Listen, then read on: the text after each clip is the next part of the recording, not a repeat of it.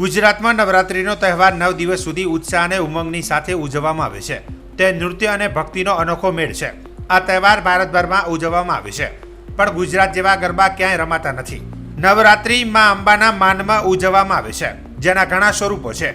દેવી એ શક્તિનું રૂપ છે જે બુરાઈનો નાશ કરે છે. શિવની પત્ની પાર્વતીના પણ ઘણા રૂપો છે.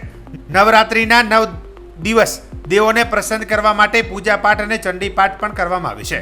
નવરાત્રિ એ એકતા અને અસત્ય પર સત્યનો વિજયનો પ્રતિકરૂપ તહેવાર માનવામાં આવે છે. તહેવાર જીવનમાં આવતા સંઘર્ષનો હિંમતથી સામનો કરવાનો સંદેશ આપે છે. દુર્ગાની સત્યના અસત્ય પરના વિજય અપાવે છે. સરસ્વતી જ્ઞાન દ્વારા અજ્ઞાનતા દૂર કરે છે અને માં લક્ષ્મી સુખ અને સમૃદ્ધિ આપે છે. આજે ધાનેરામાં 5મા દિવસે પણ રંગબેરંગી રોશનીઓ સાથે મંદિરો ઝગમગી ઉઠી રહ્યા છે. નાના ભૂલકાઓથી મળીને મોટા લોકો, ભાઈ બહેનો અને વડીલો ડીજેના ગરબાને તાલમાં રંગાઈ નાચી ઝૂમી રહ્યા છે.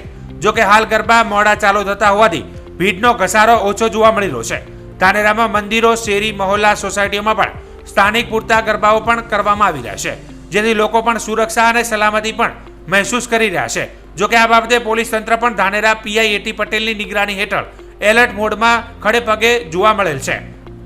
આમ ધાનેરા અને તાલુકામાં સુખ શાંતિ ગરબાના 5 દિવસો પસાર થયા હતા